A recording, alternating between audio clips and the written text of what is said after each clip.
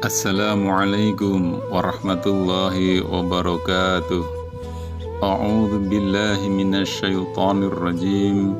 Bismillahirrahmanirrahim. Alhamdulillahilladzi hadana li hadza wa ma kunna linahtadiya laula an hadanallah. Asyhadu an la ilaha illallah wahdahu la syarikalah wa asyhadu anna Muhammadan abduhu wa rasuluh la nabiyya ba'dah. Rabbi shrah li sadri wa yassir li amri wahlul 'uqdatam min lisani yafqahu qawli. Amma ba'du. Alhamdulillahirabbil alamin. Sahabat YouTube Pak De Sugeng yang dirahmati Allah, kita masih bisa jumpa kembali di channel kita ini dalam keadaan sehat walafiat, tak kurang suatu apa. Amin. Sholawat serta salam tak lupa kami haturkan kepada junjungan kita Nabi Agung Muhammad Sallallahu Alaihi Wasallam yang telah menunjukkan jalan kepada kita, yaitu dari jalan yang gelap menuju jalan yang terang benderang. Serta tak lupa yang kita selalu nantikan syafaatnya di hari akhir kelak. Amin. Sahabat YouTube Pak De Sugeng yang dirahmati Allah, harapan dan doa kami semoga sahabat YouTube Pak De Sugeng semua yang menonton video ini selalu diberikan kesehatan, dilapangkan rizkinya, dipanjangkan umurnya, serta diampuni semua dosa-dosanya, dan Allah selalu memberikan ridho kepada kita semua. Amin ya rabbal alamin.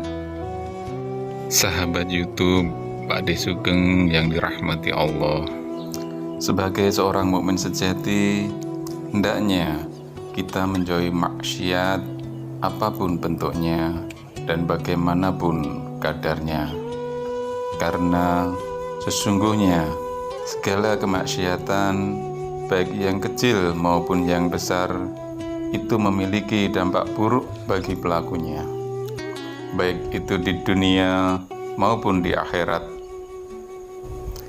Berikut di antara dampak buruk maksiat yang bisa dirasakan oleh pelakunya saat di dunia.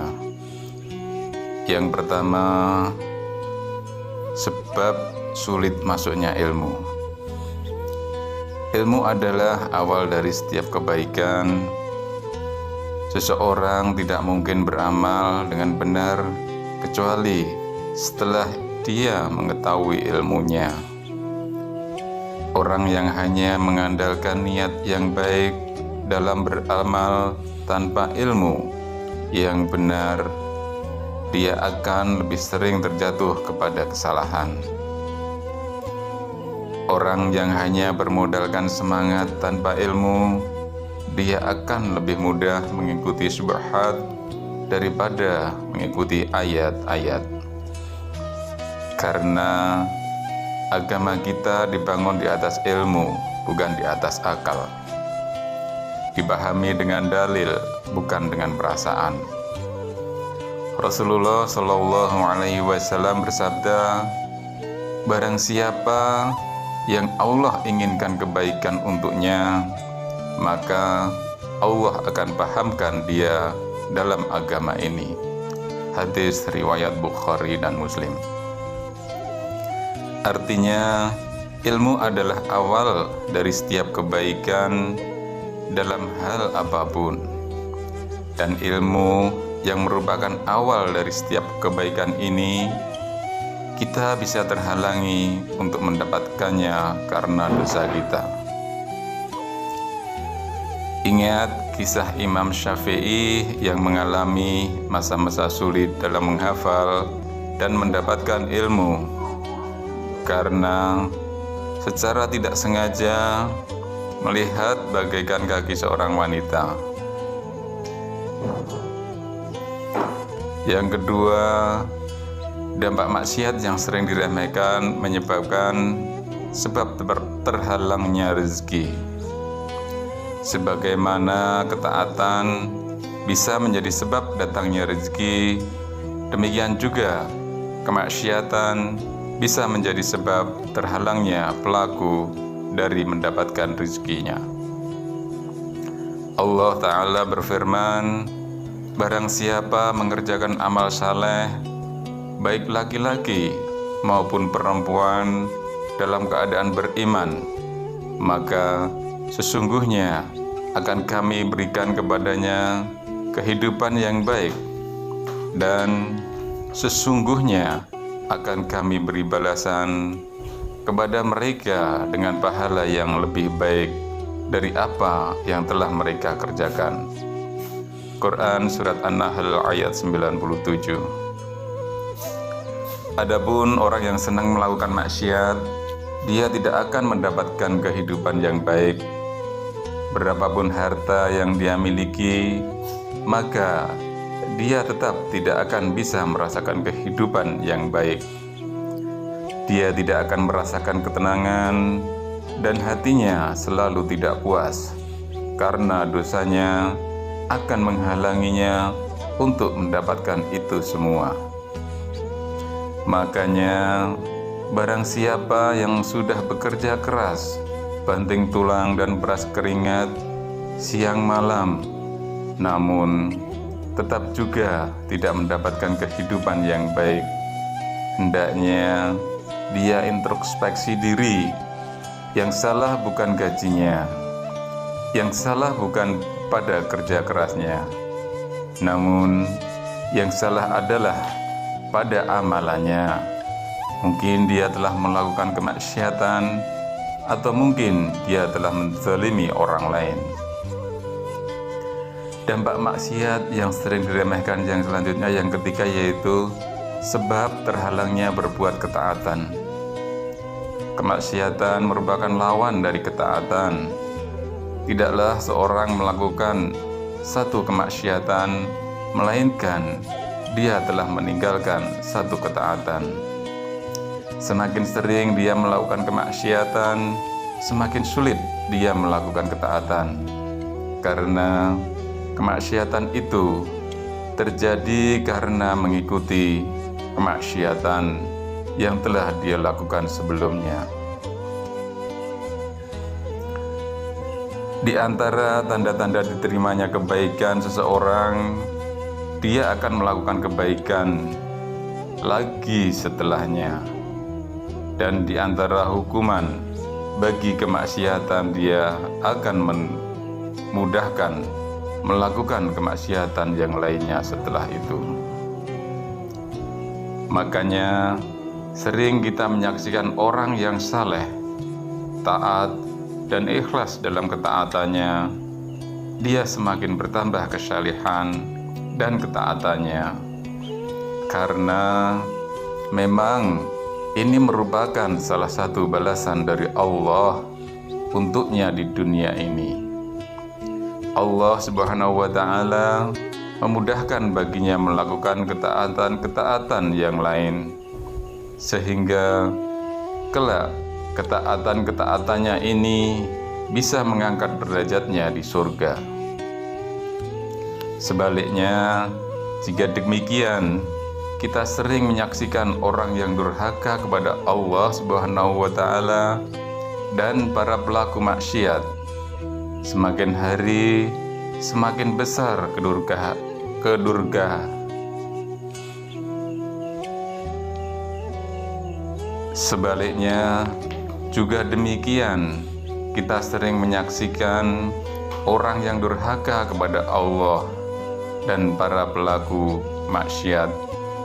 Semakin hari semakin besar kedurhakaannya, dan semakin mudah dia melakukan kemaksiatan-kemaksiatan yang lain, dan semakin sulit ia dari melakukan kebaikan dan ketaatan. Dampak selanjutnya, dampak yang sering diremehkan setelah melakukan maksiat, yaitu sebab timbulnya permusuhan.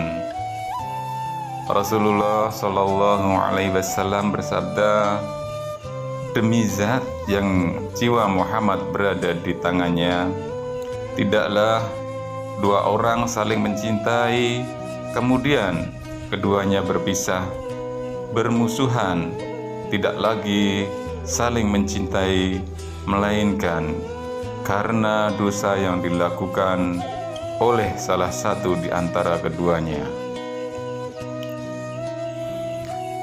Imam Al-Muzani mengatakan, apabila engkau mendapati dari temanmu bersikap yang tidak enak, sikap yang dingin, maka hendaknya engkau bertobat kepada Allah, karena sesungguhnya engkau telah berbuat dosa. Dan apabila engkau mendapatkan diri mereka rasa cinta yang bertambah, maka ketahuilah itu karena ketaatan yang telah engkau lakukan, maka bersyukurlah kepada Allah Subhanahu wa Ta'ala. Dampak maksiat yang sering diremehkan yang berikutnya, yang kelima, yaitu sebab hancurnya rumah tangga. Kalau saja kemaksiatan itu bisa menyebabkan hancurnya suatu umat yang besar, hancurnya bangsa yang kokoh, apalagi hanya hancurnya sebuah keluarga yang kecil. Berapa banyak rumah tangga yang tadinya baik-baik saja, tapi hancur dengan cepat karena kemaksiatan kecil yang dilakukan oleh salah satu di antara pasangannya. Dan berapa banyak rumah tangga yang awalnya tidak dibangun dengan rasa cinta, tetapi pada akhirnya berjalan dengan baik karena keduanya gemar melakukan ketaatan. Sungguh ketika aku bermaksiat kepada Allah, maka aku melihat pengaruh jeleknya pada tabiat hewan tungganganku dan istriku. Demikian yang dapat kami sampaikan mengenai 5 dampak maksiat yang sering diremehkan. Semoga Allah senantiasa hindarkan kita dari segala bentuk kemaksiatan dan mendekatkan kita menuju ketaatan kepada Allah Subhanahu wa Ta'ala. Dan mudah-mudahan kita selalu mendapat ridho dan ampunan dari Allah Subhanahu wa Ta'ala. Amin ya rabbal alamin. Wallahu a'lam bishawab. Wassalamualaikum warahmatullahi wabarakatuh.